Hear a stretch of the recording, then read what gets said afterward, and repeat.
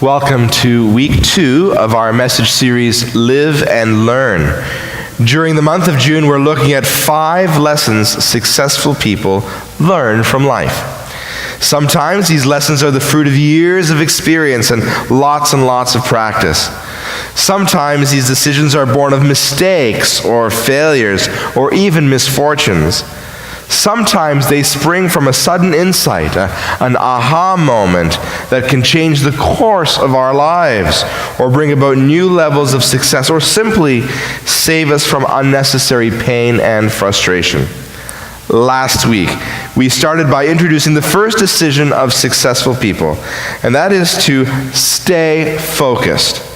Stay focused on what is most important by focusing on the interior workings rather than the exterior circumstances and fluff. If we address what's going on deep inside of us rather than just looking on the outside, we find that it is easier to stay focused and not get distracted from our main goal and purpose in life. Now this week, we're going to look at the second decision, and this one is simple. And sometimes when we hear that something is simple, we're tempted to tune out. But I want to challenge you not to tune out for this, because as we're going to see, there's some nuance to this statement that is not often considered. Anyway, the second decision that you will never regret is know yourself so that you can be yourself. Know yourself so that you can be yourself. Successful people realize the absolute futility of trying to be someone else. They see the uselessness of trying to pretend that they are something they're not and of denying their unique character and their unique individuality. Now, I'm not saying that successful people never do anything outside of the box or outside of their comfort zone or refuse to sacrifice their interests for others. I'm not saying that at all. Growth is always outside of our comfort zone. Sacrifice and selflessness are always permanently a part of emotional health and of Christian living. It's not about never stretching or compromising. It's about connecting who you are to what you do. Know who you are and live according to who you are. Not what others want you to be or say you should be. Not even what you wish you could be. And students, you need to hear this. Young adults, you need to hear this. People looking for a spouse, you need to hear this. Divorced people, you need to hear this. People who are facing significant milestones in their lives need to hear this. Everybody, absolutely everybody needs to hear this. It's very easy to look at friends or foes, colleagues or competitors, neighbors and newcomers, and wish that you were more like them. Their personality, their gifts, their figure, their salary. But while you're thinking those thoughts, you might also be thinking that there is something wrong with you. And that type of thinking is not only dead wrong, but it's also a dead end. It's not going to get you anywhere, at least not anywhere you want to be. The only way to be in life is to be yourself. And to be yourself, you need to know yourself. And that comes down, I think, to 3 simple factors.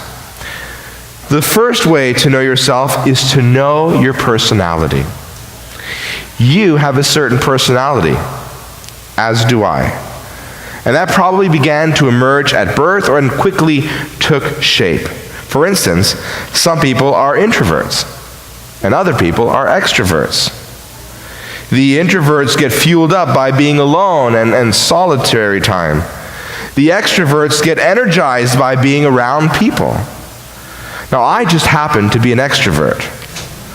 I get energy from being in a big parish and meeting lots of people and meeting new people every week. I love people. The entire rest of my staff, introverts. Every single one of them, major introverts. It makes for an interesting balance sometimes. I'm an extrovert, they're introverts. We're different. Some people are motivated by feelings. They're all about relationships and following their passions and how they feel. Others aren't motivated by feelings. They're motivated by thoughts, ideas, concepts, vision, logic. All of that is very important. I'm very much a logic kind of guy. When things don't make sense, I get pretty thrown off. I get frustrated. And because I'm an extrovert, I make sure everyone around me hears about it. But Sam, who's on staff as our lay pastoral assistant, she's always there to try to remind me of the big picture, of the good in the situation, of how everyone is going through something that I might not necessarily know about, which is usually the last way that I see things. She's a feeler.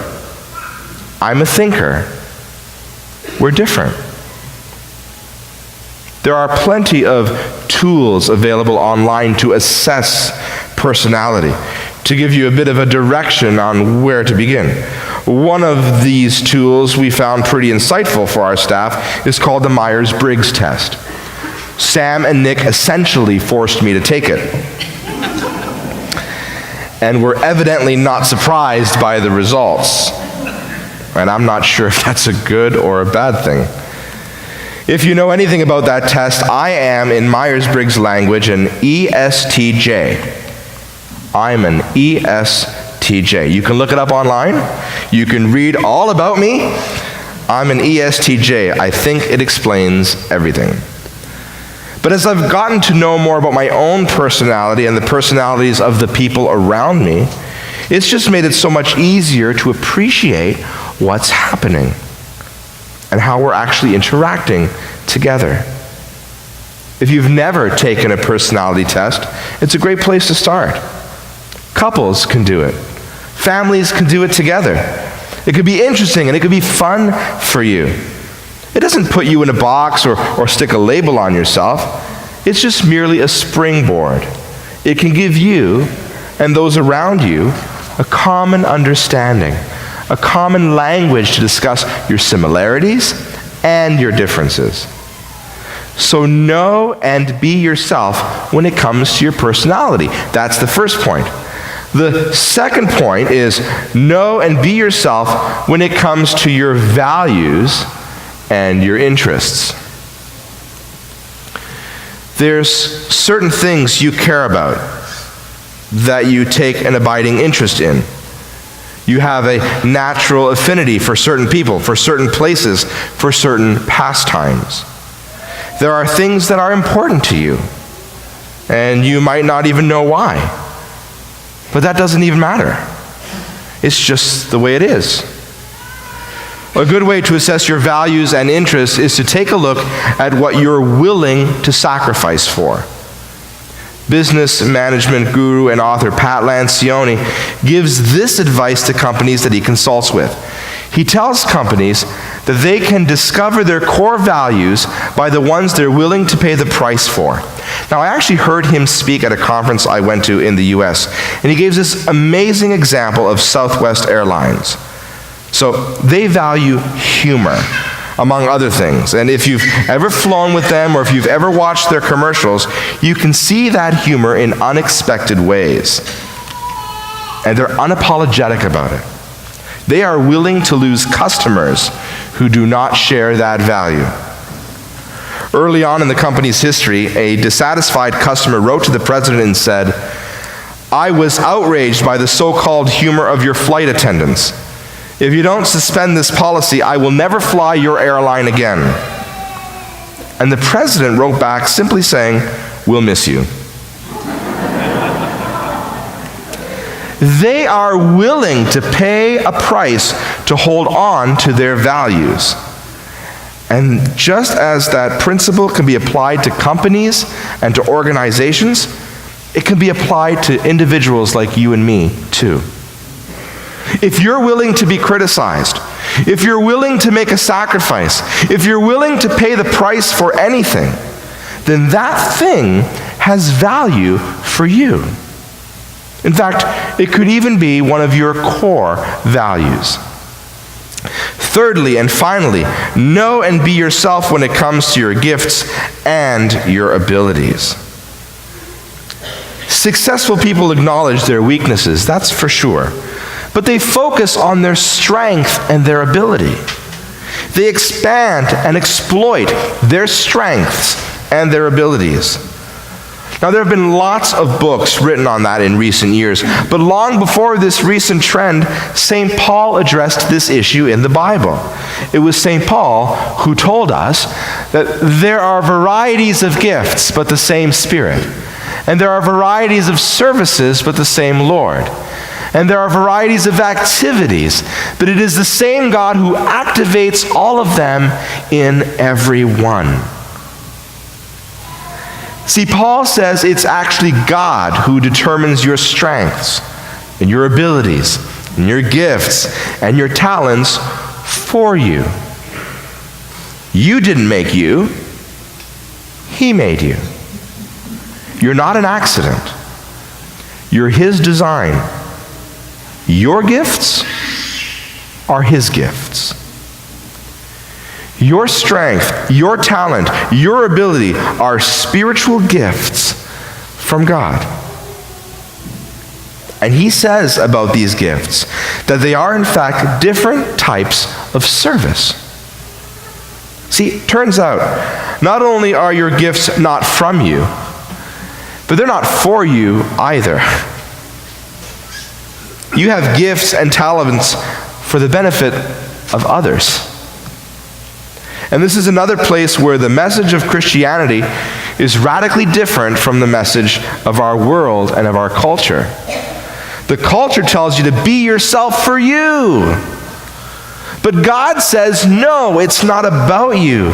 You are not meant to be yourself or for your own personal happiness and fulfillment, but for the good of others. The point of knowing yourself and being yourself, the point of living out your strength, is that it best positions you to serve others, which is the most successful kind of living of all.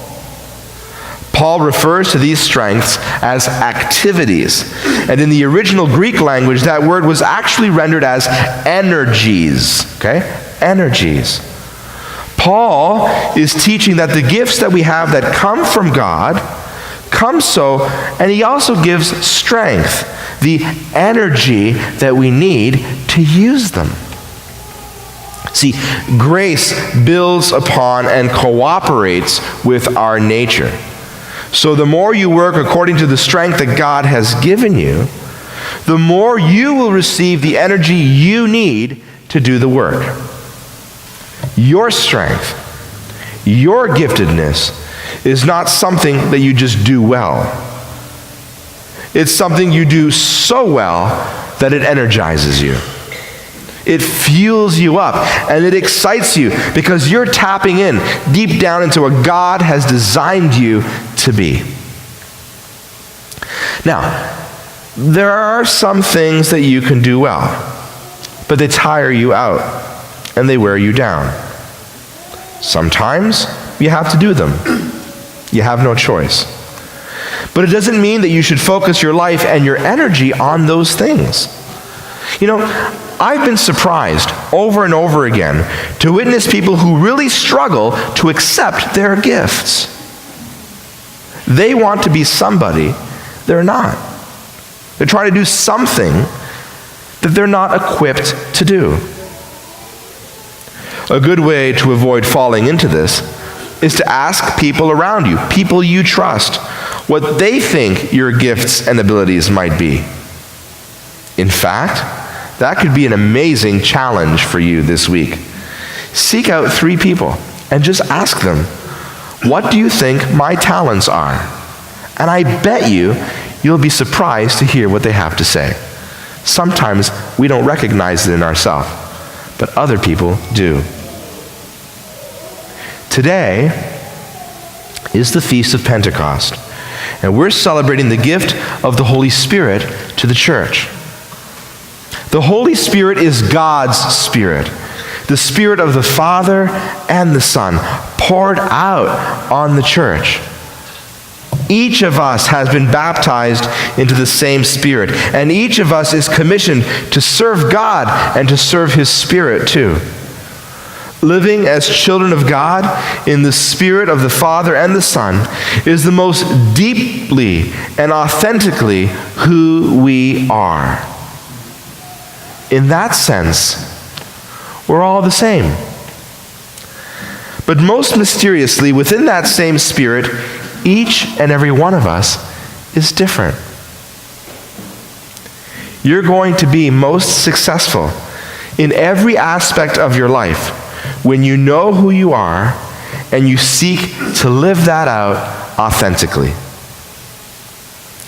Rick Warren once put it this way: when you meet God, He isn't going to ask you why you weren't more like someone else. He's only going to ask you why you weren't more like the person He made you to be.